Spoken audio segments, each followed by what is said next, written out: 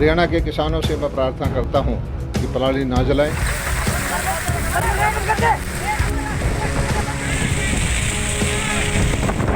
अभी आपने हरियाणा के कृषि मंत्री जेपी दलाल की किसानों से की गई अपील देखी और सुनी। मंत्री जी किसानों से पराली न जलाने की अपील कर रहे हैं, क्योंकि अब पेट्रोल और डीजल पर पैसे खर्च कर किसानों को अपना खर्च बढ़ाने की नहीं बल्कि पराली बेचकर पैसा कमाने की जरूरत है, जिसके लिए सरकार कई कदम उठा रही है। इससे पहले इस मामले में और बातें करें, एक बार देख लीजिए कि पराली जलाने से प्रदूषण तो फैलता ही है, लेकिन ये पराली साथ के खेतों में खड़ी फसलों या घरों के लिए कितनी नुकसानदायक हो सकती है।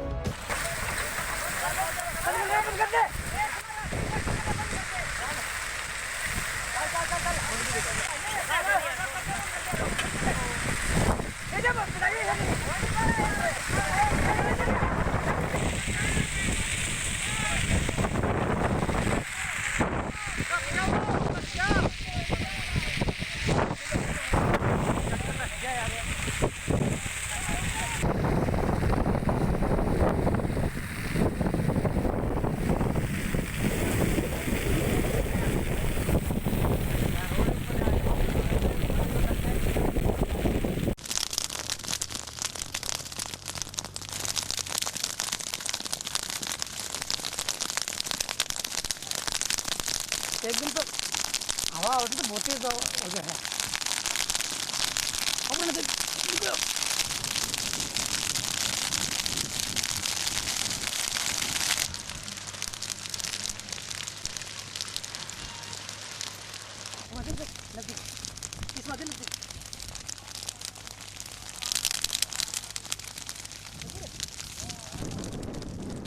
तस्वीरें पुरानी हैं लेकिन सबक सिखाने के लिए काफी है। किसान पराली जलाता है क्योंकि उसके पास इस पराली को रखने या फिर उसके निपटान के लिए कोई और अच्छा रास्ता पहले नहीं था। लेकिन क्या आप जानते हैं कि इस तरह से पराली जलाने से आपके खेतों की मिट्टी में मौजूद उपजाऊ कण नष्ट हो जाते हैं, जिसकी वजह से काफी यूरिया और खाद डालने के बाद भी फसल उतनी अच्छी नहीं होती जितनी आप उम्मीद करते हैं। यही वजह है कि सरकार ने प्रदेश में 1000 कस्टम हायरिंग सेंटर बना लिए हैं, जहां पराली के प्रबंधन के लिए मशीनें सस्ती दरों पर किराए पर दी जा रही हैं। हमने पराली ना जलाने के लिए कस्टम हायरिंग सेंटर में किसान के सहयोग के लिए बहुत सारी मशीनें दी हैं, सब्सिडी दी है। पराली खरीदने का भी हमने कोशिश की है और हमारे मुख्यमंत्री जी ने घोषणा की है कि हम आपकी पराली को 50 पैसे किलो में खेत से खरीद लेंगे। तो इसलिए पराली जलाने से तो मित्र जीव मर जाते हैं, धरती की उर्वरा।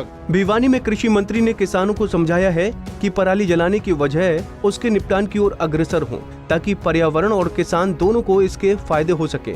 कृषि मंत्री जेपी दलाल ने माना कि पराली जलाने की समस्या न केवल हरियाणा बल्कि पंजाब, उत्तर प्रदेश सहित अनेक राज्यों की समस्या है।